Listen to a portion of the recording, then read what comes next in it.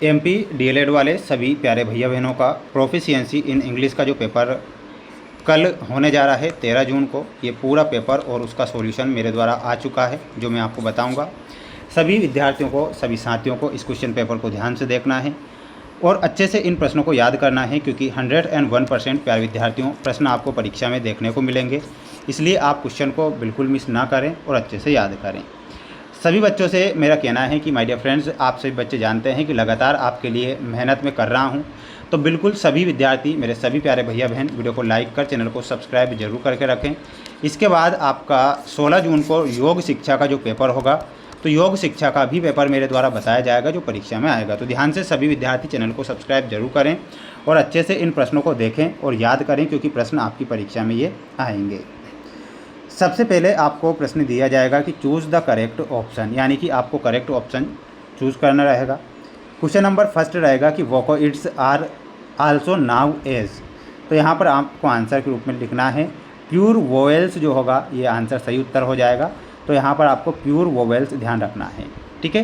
तो सभी बच्चे, सभी प्यारे भैया बहन ध्यान रखेंगे, वीडियो को लाइक जरूर करें।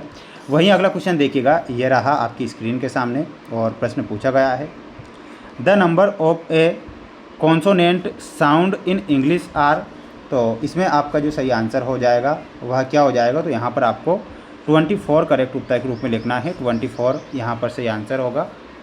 अगला क्वेश्चन आएगा, ध्यान से देखिएगा the animals in cages were to the jungle, तो इसमें आपको लेट आउट ध्यान रखना है। क्या ध्यान रखना है?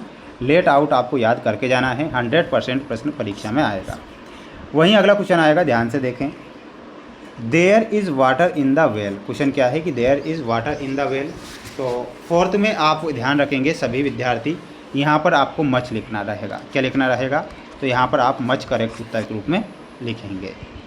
अगला क्वेश्चन आएगा, ध्यान से देखें she cut her finger a knife, तो यहाँ पर आपका सही जो आंसर हो जाएगा वो वित्त सही उत्तर होगा। तो यहाँ पर आपको वित्त लिखना है। सभी स्टूडेंट्स ध्यान रखेंगे। इसके बाद हम बढ़ेंगे हमारे अगले क्वेश्चन की ओर। अगला क्वेश्चन देखिएगा प्यारे विद्यार्थियों, ये आपकी स्क्रीन के सामने अगला क्वेश्चन आ चुका है जो मैं आंसर बताऊंगा। ध्यान से देखना है। दूसरा और 7वां जो क्वेश्चन है 2-2 नंबर के हैं। 8वां जो क्वेश्चन है 4 नंबर का क्वेश्चन है। तो इनके आंसर आपको ध्यान से देखना है। आंसर आपकी स्क्रीन के सामने आ चुका है। इसमें आपसे पूछा गया था 3 ways English help people in India, तो इसमें आपको आंसर के रूप में क्या लिखना है? लिंक लैंग्वेज में लिखना रहेगा कि it acts A common word between people from different state who speak different regional language, तो इतना आपको लिंक लैंग्वेज में लिखना है। अगला पॉइंट आपका होगा एम्प्लॉयमेंट अपॉर्चुनिटीज़, तो इसमें लिखना है proficiency in English is often a requirement for a high paying jobs in sectors like IT, BPOs and a multinational corporation। Access to information में लिखना रहेगा most global scientific technical and academic research on the internet are in English adding students and a professionals, तो इतना आप यहाँ पर correct करेंगे। Screenshot इसका ले सकते हैं। अगला क्वेश्चन, तीसरा क्वेश्चन आपकी परीक्षा में आएगा कि 3 type of A intonation in English, तो 3 टाइप बताना है इंटोनेशन का। तो पहला टाइप हो जाएगा फिलिंग इंटोनेशन, दूसरा हो जाएगा रीजिंग इंटोनेशन और तीसरा हो जाएगा फेल राइज इंटोनेशन। तो इसका आप एक स्क्रीनशॉट ले लीजिएगा और ये आप क्या करके आइएगा, लिख कर आइएगा, याद करके जाना है। चौथा क्वेश्चन आएगा कि इम्पोर्टेंस ऑफ साइलेंट रीडिंग, तो इसमें क्या लिखना है?